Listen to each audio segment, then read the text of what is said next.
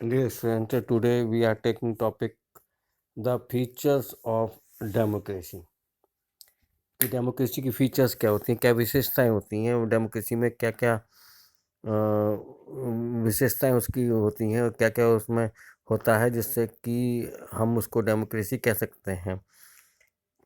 We have studied We have started with a simple definition of democracy is a form of the government in which the rulers are elected by the peoples.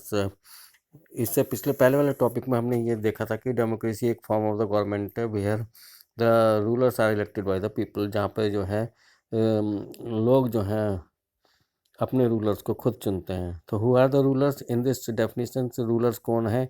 Which officials must be elected for any government to be called democracy?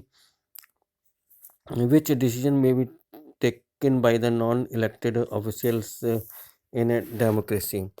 तो who are the rulers in the definition में rulers कौन हुए? यानी कि the people, those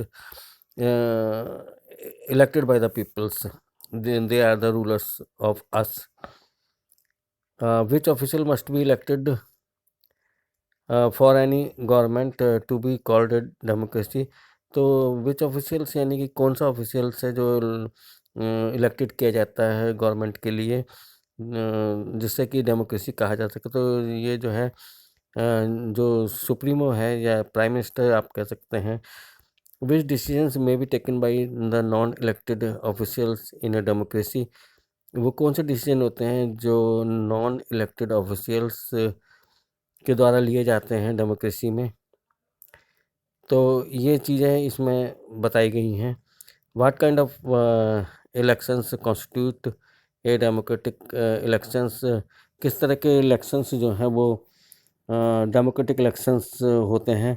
what conditions must be fulfil for an elections to be consider democratic? और हम किसको democratic elections कह सकते हैं? वो कौन कौन सी कंडीशंस होती हैं जो डेमोक्रेटिक कंट्री को कहलवाने के लिए फुलफिल करती हूँ? Who are the people who can elect the rulers? वो कौन लोग होते हैं जो अपने रूलर्स को इलेक्ट करते हैं और गेट इलेक्टेड एज रूलर्स, और अपने आप को रूलर्स के द्वारा रूलर्स इलेक्टेड करवाते हैं? Should this include every citizen on an equal basis? क्या ये इक्वल बेसिस पर होता है, यानी कि कोई भी व्यक्ति रूलर्स बन सकता है या टॉप पोस्ट पर जा सकता है, टॉप पॉलिटिकल पोस्ट पर जा सकता है? Can a democracy deny some citizens this rights? क्या डेमोक्रेसी किसी नागरिक को ये अधिकार देने के लिए मना कर सकती है? Finally what kind of A form of government is democracy? अंत में किस तरह की जो फॉर्म ऑफ गवर्नमेंट है वो डेमोक्रेसी होती है? Can elected rulers do what ever they want in a democracy? क्या इलेक्टेड रूलर्स जो होते हैं वो जो चाहते हैं वो कर सकते हैं? और must a democratic government functions with some limit? और क्या एक डेमोक्रेटिक गवर्नमेंट जो है वो whatever the work done by that government, there are some limitations is impose on them? Is it necessary for democracy to respect some right of the citizen? क्या ये democracy के लिए ज़रूरी है कि वो कुछ नागरिकों के अधिकारों को रेस्पेक्ट करे? ये चीज़ें, ये क्वेश्चंस जो हैं कंसीडर किए जाएंगे इसमें कुछ एग्जाम्पल्स के माध्यम से कि हम कैसे बताएंगे कि जो है कोई कंट्री डेमोक्रेटिक है या नहीं है. तो जैसा कि आप जानते हैं कि जो कोई भी रूलर्स हैं, रूलर्स जो हैं लोगों के द्वारा चुने जाते हैं और सारे जो डिसीजंस हैं वो इलेक्टेड रूलर ही लेते हैं किसी भी डेमोक्रेटिक गवर्नमेंट में. नॉन इलेक्टेड ऑफिशियल्स जो हैं डेमोक्रेसी में डिसीजंस नहीं लेते हैं. वो किस तरह के इलेक्शंस जो हैं वो डेमोक्रेटिक इलेक्शंस होते हैं? फ्री एंड फेयर इलेक्शंस, यानी कि कोई फ्रॉड ना हो, यानी कि जो फ्री एंड फेयर इलेक्शंस हैं और universal adult franchise given to all peoples on equal basis. तो इस तरह के जो इलेक्शंस होते हैं डेमोक्रेटिक इलेक्शंस होते हैं और यही कंडीशंस होती हैं डेमोक्रेटिक इलेक्शंस की, जिससे कि लोग जो हैं अपने को रूलर्स के तौर पे इलेक्टेड करवा सकें और अपनी वोट को कास्ट कर सकें।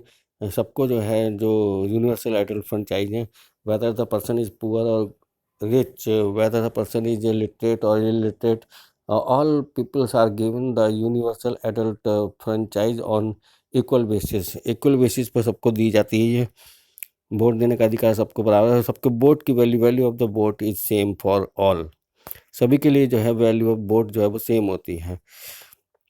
और डेमोक्रेसी में किसी भी सिटीजन को वोट कास्ट करने के लिए और गेट इलेक्टेड करने के लिए मना नहीं किया जा सकता। ओनली जब उसको मना किया जा सकता है कि जब कोई व्यक्ति जो है मेंटली डिसेबल्ड हो, या whatever the loan taken by the person from the bank, जो बैंक से उसने लोन लिया है उसका वो गवर्न किया हो, तो ऐसे व्यक्ति को जो है इलेक्शन लड़ने के लिए